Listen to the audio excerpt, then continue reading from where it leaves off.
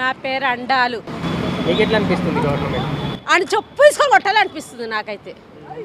కరెక్ట్గా చెప్తున్నా. వాడు నా ముందర ఉండాలి కానీ చెప్పు తీసుకొని కొడతా నేను. 2500 పింఛన్ అని అన్నాడు. టయానికి పింఛన్ కూడా మాకు టయానికి పింఛన్ పడతలేదు. 1 నెల వేస్తే 2 నెలలు వేస్తలేడు పింఛన్.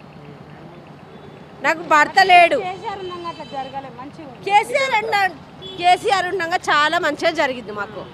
ఆడపిల్లలకి ఎప్పుడైనా కూడా చీరలు ఇస్తుండే, బతుకమ్మ చీరలు అని అందరికి ఇస్తుండే, ఆడవాళ్ళందరికి ఇస్తుండే. ఆయన తోబుట్టులాగా చూసుకున్నాడు మమ్మల్ని. ఇప్పుడు నాకు భర్త లేడు, నాది కిరాయి ఇల్లు, నాకు సొంతం ఇల్లు ఇస్తాడు. సొంతం ఇల్లు ఇవ్వలేదు, ఏది ఇవ్వలేదు. ఒక బస్సు ఒకటి ఫ్రీ పెట్టిండు. ఆ బస్కి మేము లేబర్ పని చేసుకునేటోళ్ళము.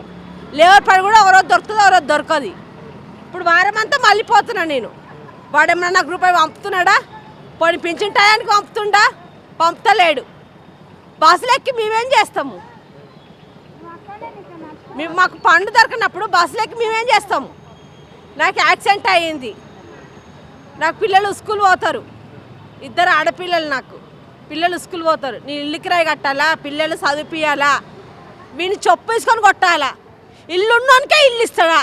ఇల్లు లేనోనికి ఇల్లు ఇయ్యడా? వీడు అన్నీ కనుక్కుంటుండా? వీడు కనుక్కుంటలేడా? వీడు సీఎంగా ఉట్టిగా సీట్లో కూర్చోబెట్టమా?